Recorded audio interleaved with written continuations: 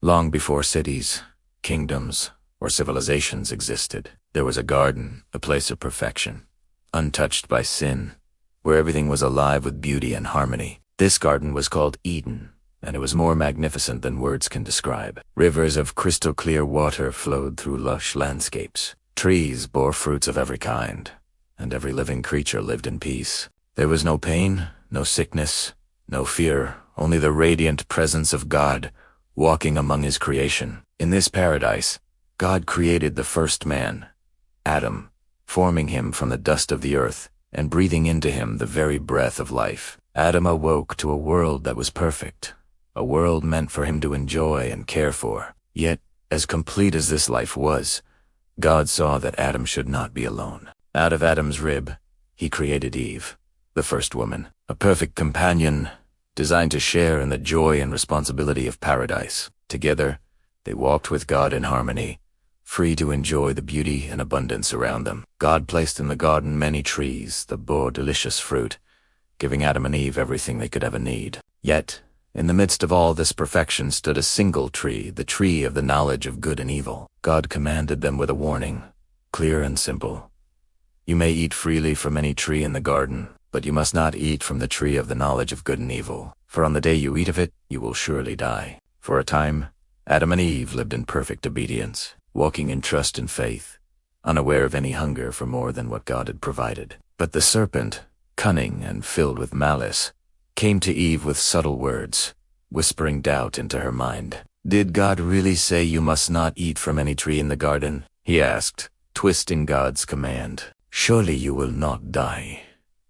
God knows that if you eat this fruit, your eyes will be opened, and you will be like him, knowing good and evil."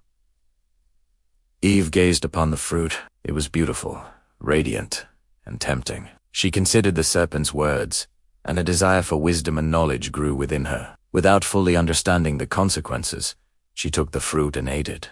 Then she offered it to Adam, who, trusting Eve, also ate. The act was simple, but the consequences were immediate and profound. Suddenly, their eyes were opened, and they saw the world and themselves in a new, terrifying light. Shame and guilt filled their hearts. They realized they were naked, vulnerable, and exposed, feelings they had never known in Eden. They tried to hide from God, weaving fig leaves into coverings, yet no covering could hide the truth of what they had done.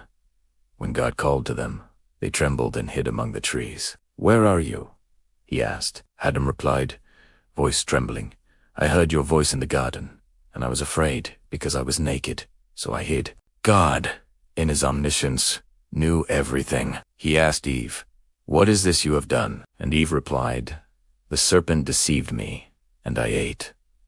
God spoke the consequences of their actions. The serpent would crawl on its belly and be an enemy to humanity. The woman would experience pain and struggle, and the man would toil for his sustenance, facing hardships. In a world now cursed, death entered the human experience, and paradise was lost. Adam and Eve were cast out of Eden, forced to live in a world where pain, labor, and mortality were now inseparable from life. Yet even in judgment, there was mercy. God clothed them with garments of skin, showing care and protection despite their disobedience, and beyond the sorrow of exile. He planted the first promise of redemption, a future hope that one day humanity could be restored, and the brokenness of the world could be healed. The story of Adam and Eve is not merely an ancient tale. It is a reflection of the choices every human faces. It is a reminder of the power of temptation, the weight of decisions, and the far-reaching consequences of disobedience. Yet it is also a story of God's justice tempered with mercy, of hope in the midst of failure, and the possibility of redemption that is echoed through the ages. Every act, every decision we make today carries the lessons of Eden. Will we choose obedience over desire, trust over doubt, wisdom over fleeting temptation? The garden may be long gone, but its story continues to speak, calling humanity to remember that while sin brought separation, God's mercy offers restoration, and that even in the darkest moments, hope is never lost.